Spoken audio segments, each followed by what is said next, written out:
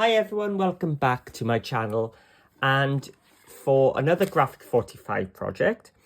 This is a tutorial. This is just a walkthrough because I've seen online people writing comments about the 2-in-1 tunnel and pyramid albums and they want to see what they might look like. So I grabbed myself 2 packs of these so I can have a little practice run, see how it turns out. And I grabbed my 8x8 collection of Imagine, which is one of the new re-release collector's editions. And I wanted to see if I could make it using just one pad. And the answer was yes, I could. And still have all these full sheets left. 1, 2, 3, 4, 5, 6, 7 sheets left over. So I can make some cards or a mini project. Plus, I have lost my scrap bits as well. But yeah, so the answer is yes, you can cover them. So I started off by making the tunnel album. And this is how it turned out. So I glued the first 2 together just so I've got a sturdier cover. And I used my construction tape or my framer's tape to do mine.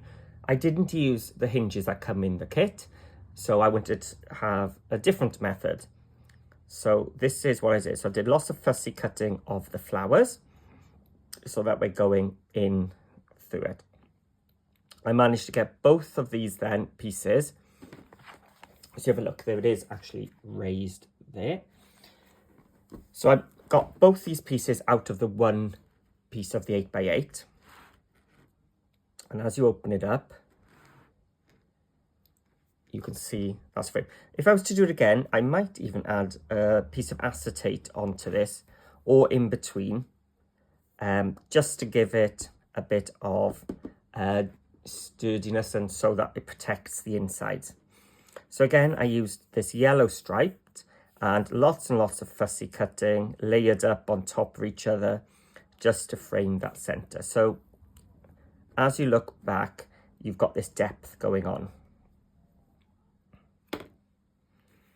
And as you open it up, as you can see, there's nowhere to put any photos yet, but from the next piece, I used one of the strip pieces of the paper.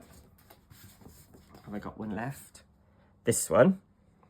And I cut loads and loads of strips and I've glued 3 corners, which means all these places are then pockets for us to put our photos and our ephemera pieces, whatever we want, whichever memories you've got. So there's another pocket here. And then it opens up. And you see the apertures are getting smaller and smaller. And I've got to say, the measurements for doing this was actually quite easy in the end. And everything just sort of worked the first time. And again, some more pockets so you can put more items. And here, it looks a bit strange. So I added a couple of the hot air balloons just to frame this central piece, because otherwise it looked a bit strange just in the middle with nothing there. So I added a few more there. And again, lots more spaces then for photos. Oh, I need to add one here. I missed one. And then at the end, you've got this final image sheet, which you can keep as a full 8x8. So then, after finishing that, I had all the pieces left from the middle and the chipboard as well. I kept back one of these 8x8 sheets. And so from the same 8x8 pad, I was able to make the pyramid one as well. As you can see, I just used the one 8x8, trimming down and down and down and down so that it actually is a complete image. Now, what I do need to do maybe is to add some ribbon onto the back and come to the forward, and so we've got something to tie it closed. So again, I didn't use the hinge system that came with it, because I wanted it in black and it was cream. So I taped around all my square chipboards, because all these bits are the waste from inside here. And then the paper I cut has actually decorated all the inside. I think I only needed another 1 or 2 pieces just to finish off. One full image like so, and a couple just for the last 2 pages.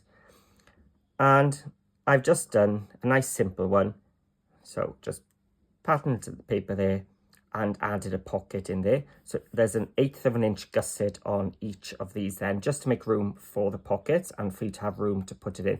So once you've got your pictures in, it'll raise up a little bit more, because at the moment it sort of tilts back because all the pockets are on here and there's nothing there. So once you fill it up, it'll raise up. So that's the first one. And then I could have done the next one and all of them open to left, but what I did was I alternated. So these 2 pieces are actually the waste from, I can't remember which one, but that was waste. Oh, actually, no, I didn't like the pattern paper didn't work, so I actually used a sheet for that one. And then I just alternated them up, because I did actually do one incorrect measurement. And then the third one opens up, and you can see it came from there. So as I say, all the waste you can actually reuse here. And then we open this side and we've got 2 more. So I think that came from the waste of the front. And so I've added 2 pockets to each other. And the only one I didn't was the first one, just because it was a small one. I didn't think we'd use it. And then the final one opens to the left. So sometimes I alternated the patterns, but I like that, so I kept them across the top, flying across the top, and then some pattern there. So then as you look at it, what you can do is you can pull it and it opens up like a concertina. So you can pull it out like so, and then flip it over, and you've got some more this side. So as I said, I know a lot of you have been wondering what these look like when they're done up. So hopefully that has given you an idea of what you can actually do. So thank you for watching. And if you like these, please give it a thumbs up and a comment below. It really does help. And if you haven't already, hit that subscribe button. If you don't already follow me on Facebook, I do have my own group called Paper Crafting with Paul. I'll add a link in the description below. So if you do want to join me and see more photos and ask any questions, that's a great place as well. And where people are sharing their versions of my projects too, so you can get some extra inspiration. So thank you for watching, happy crafting, and I'll see you all again soon.